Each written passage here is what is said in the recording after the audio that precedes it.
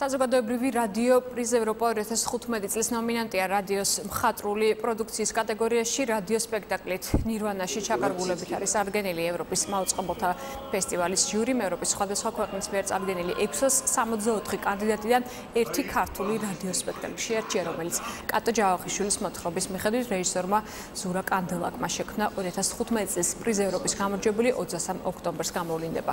პრესტიჟული ევროპის მაუწყებელთა ფესტივალი 1987 წლიდან ყოველ წელს ტარდება საზოგადოებრივი რადიო პრიზ ევროპაზე 2013 წელსაც რადიო სპექტაკლით შარლიანი ღრუბელი იყო ნომინირებული.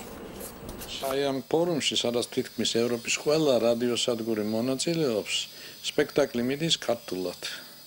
და ისმენენ ქართულ სიტყვას, ქართულ მსახიობებს, ინგლისური ტექსტი უდევთ წინ და იმის მიხედვით გებულობენ შინაარს. ეს მეტად მნიშვნელოვანი ფაქტი უბრალოდ იქ მონაწილეობა და მოხვედრა იმ ნომინანტებში.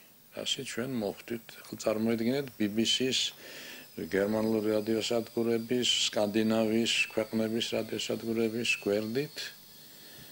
მეტად ვფიქრობ, ჩვენთვის საპატიოა. შინაარსი რადიო სპექტაკლის პიესა პირველ რიგში, მაგრამ ალბათ იმიტომ, რის გამოც ხდებოდა რეგულარულად საერთოდ ქართული რადიო პიესები ფინალში, ეს არის დამუშავება რადიო სპექტაკლის, მისი აუდიო შეფუთვა, ესე ვთქვათ, ხმების ისე გაკეთება, ისე გამზადება, რომ ერთ მთლიანობაშია პიესა აბსოლუტურად სხვადასხვა კომპონენტებისგან შემდგარი.